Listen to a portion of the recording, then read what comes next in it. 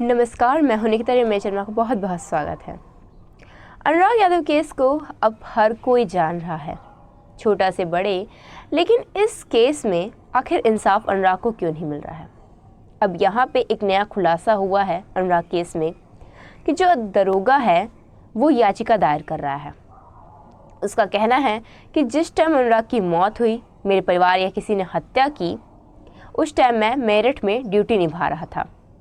मुझे जल्द से जल्द रिहा किया जाए और मुझे अपनी ड्यूटी ज्वाइन करनी है।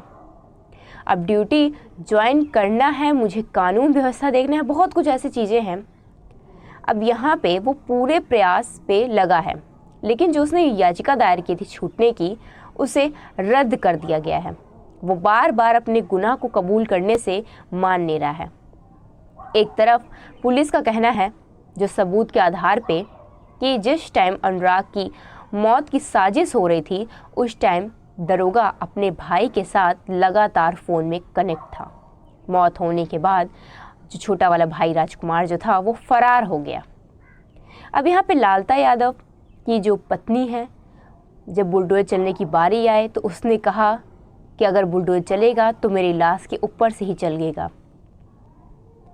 इसमें लोगों का ये भी था कि अब कानून व्यवस्था जो जैसी है योगी सरकार में तुरंत कार्रवाई होती थी, वो अब मिल जाएगा इंसाफ।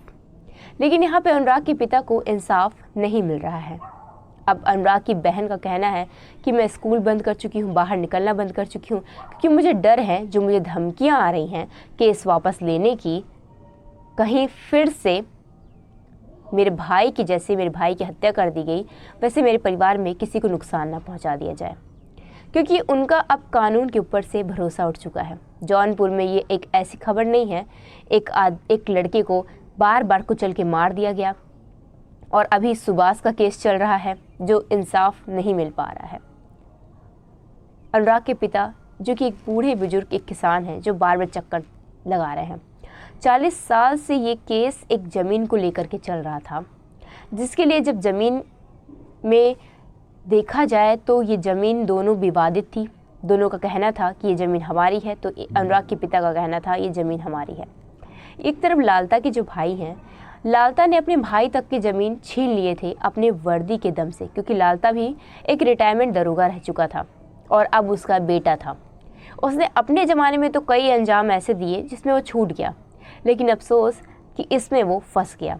लेकिन इसके बावजूद कोई न्याय नहीं मिल रहा है। बुलडोजर चलाने की तारीख बहुत सारी सामने आई।